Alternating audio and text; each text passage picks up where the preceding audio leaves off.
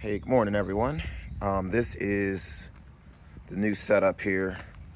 We just bought a place, and this is like the little makeshift nursery. East is this way, south, north is this way. So, so we have all the peppers and fig trees, and we have some pussy willow trees, some tomatoes here, some calendula flowers, and a couple hibiscus flowers, some bee balm, some bachelor's button. So there is these are all 20-gallon. This is like, I don't know, 25-gallon maybe here. Got a 30-gallon pot there. Got a bunch of earth boxes in the back here, and then smaller pots along this way. All the soil is mostly Pro Mix mixed in with some pumice stone, rice hulls for aeration and also for silica, and then a little bit of worm castings on some of the pots, and some other ones are like some of the older ones I did last year. This is soil from last year. I didn't do anything new. I just amended the top layer, that's it. And as you can see, we have positive growth because when I put this one in here, it was about a third to half the size that it is now. And it looks really healthy. And actually, there's some Freeport orange Scotch bonnets on it already. And it's flowering pretty profusely. And that's going to be a pod there as well. Yeah, so everything looks good with the Urfa Bieber plant. Big pods. These pods grow up to like this big heavy pods. And then there is the daddle. And some of these are ripening already. But there's a daddle. This one grows, it looks like it wants to grow really big. So I put it in a slightly larger pot. I probably should have, like hindsight, put it in this one. But the Zabrange is much more prolific. So I got it here. I mean, it's just crazy prolific with pods everywhere.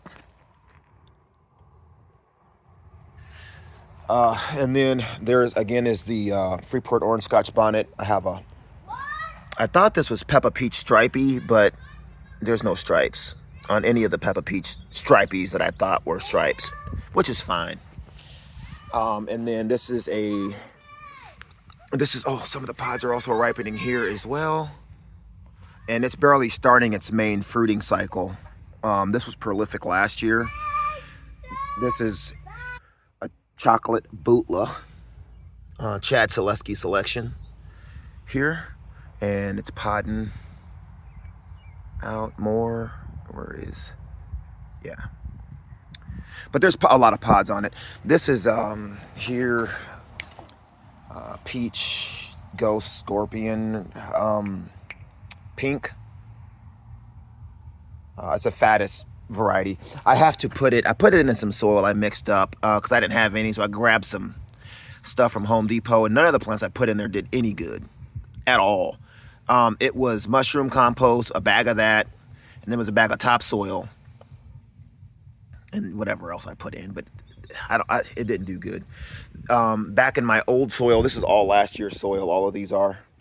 So another Urfa Bieber, another Freeport Orange, I believe this is another Freeport Orange, a Peppa Peach, another Zabrange. As you can see, it's just as prolific as, wait a minute. This is a branch that snapped. These pods won't do any good. Actually, I don't know if the other side will either. It snapped in the wind. But you can see it was trying to do what the other is doing. Another, you can look at the leaves and tell, but that's another Urfa Bieber. And then I have another, it looks like it's a cross though. It doesn't look like, because I took this from seeds from last year, and it almost looks like this is a Passia Apesio, but it crossed with the Urfa Bieber. That's what it looks like to me. And then this is a black habanero, but it doesn't ripen black. It ripens like chocolate. This is last year's as well. And then this is this year's. This is another Zabrange. And the whiskey barrel, again, soil from last year. I didn't do anything new. From what I'm hearing, anything larger than a 20-gallon, you can call it living soil. So you never replace the soil. I wish that I would have filled these up though with more sandy loam. That way I wouldn't have to like top them off as often, because the stuff in there is like peat moss based, and so it's going to compost down every 3 years, 2 years. But not a big deal because it's just a few pots. But yeah, that's that. And then we have the figs. These are the most prolific figs that I started from cutting. I got these from Figaholics in California, and I think this is his last year. Last season was, get out of there, get out of there. Last season was his last year. At least he said he's going to try to sell the farm. I hope he does one more year.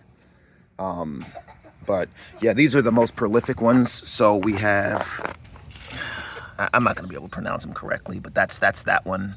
There's 2 of them. Parola and a Bardesat, Blanca Negra, I believe. Something like that, I think. And then I got these 2 from Home Depot. These are Beer's Black figs. And then these are the Pussy Willow. These are the least productive ones, or the least prolific ones. And the more prolific ones I already up potted, and that's these here. So if you look at the growth on this one versus those, it's more, they're more prolific here. And then these are my less prolific figs, but the ones that are still doing okay. I think I have some issues. I need to get some water soluble sulfur, but I don't have any right now for that. And then I have one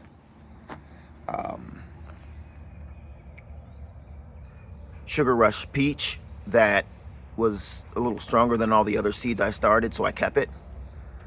And then this is the rest. And then here are the flowers, so the calendula here. And then in the back, a couple, I think I have 3 hibiscus. But in this environment, I don't know, all the hibiscus that I'm growing look like the new growth does not look good on all of them, no matter which one. And then the bee balm here. And then these are the stronger calendula I already up potted.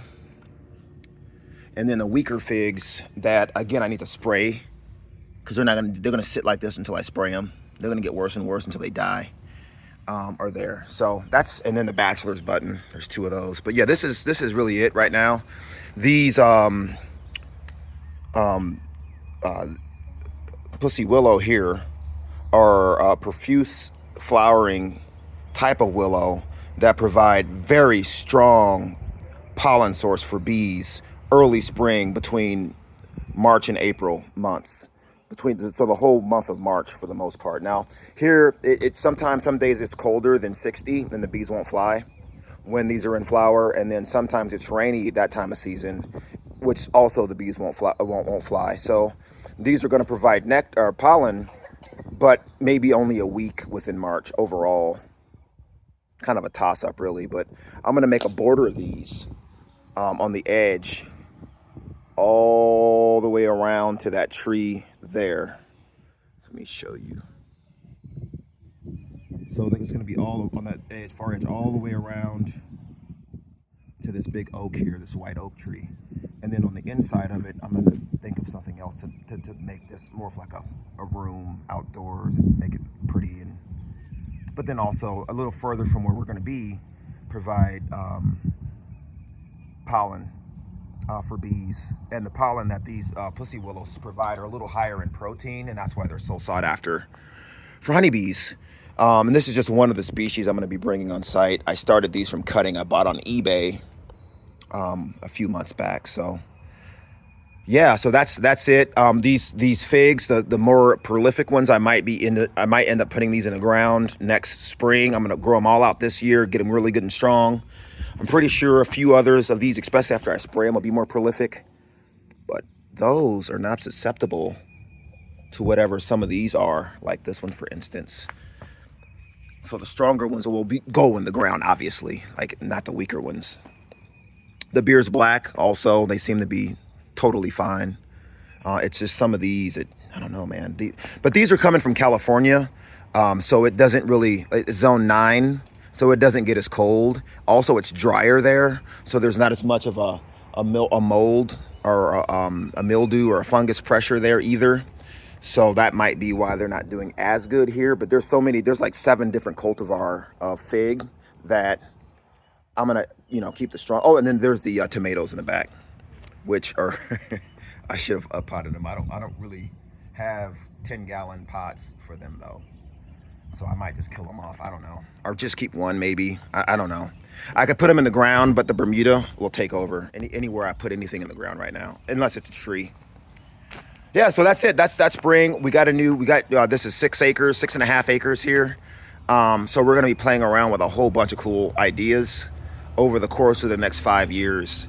I might change my channel around, change the naming and make it more, I don't know. Oh, and then there's this is the last, supposedly on the Apesio, but if you look at the growth, like if you look at the pods on it, it's not what it should be. I think I have another one. Let me find it. Actually, it's on the main homestead. I put it in one of the raised beds, the 2 foot by like 10 foot raised beds. It's not here, but the pods are way longer and skinnier. Again, these look like they cross, and it's the same on all the ones I started from seed from that mother plant from last year that I kept. It's this one here, and I gave the mother plant away a couple days ago, and that one there. But Pasilla Apesio and Urfa Biber are both known to be very rich tasting peppers. So the cross is interesting to me. I think it's a good thing. But yeah, that's it. This is the grow so far. The calendula, I don't know if I can put them in the ground again because of the Bermuda. I'm probably gonna grow these out in 2-gallon pots each plant. I have soil already mixed up for them. So, and then these I'm gonna grow out. I got 2-gallon pots, about 100 of them. So I'm gonna grow these out in 2-gallon pots when they get a little stronger. Same as these. Make the border, and I'm probably gonna put half of them up here. I don't know, and then put a few in the back maybe. There's also native pawpaw trees. I counted at least 8 of them or so in ground back on the other side of the shed. There's a big shed here, but on the other side of the shed, there's a bunch of pawpaws. Those are also good for nectar for bees and pollen. So I'm gonna be growing those out. I might actually dig them up in the winter when they go dormant and move them and do something there too. But exciting times, really. If you have any questions or comments, please let me know in the comment section. And if you are not subscribed and you want to kind of see my journey on a homestead that's kind of a blank slate, let me know. One thing though about this place is that there's a lot of elm trees here, like that one there. There's a bunch of black walnut, like this one here. And on the other side, there's some plum trees, and that one has a crap ton of plums on it already that are ripening.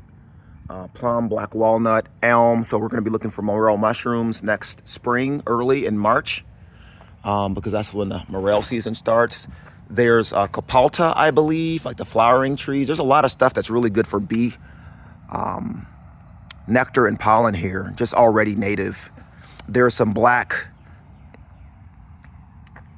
willow trees as well, because there's a pond down there, and the stream comes from this side, flowing east. There's a pond down there, so there's a lot of places where I can put more thirsty trees, including possibly some of these willow trees here down in the pond area. And I can dam up the wall on the eastern side and make the pond a little bit wider and bigger, but there's already some thirsty trees all up in there.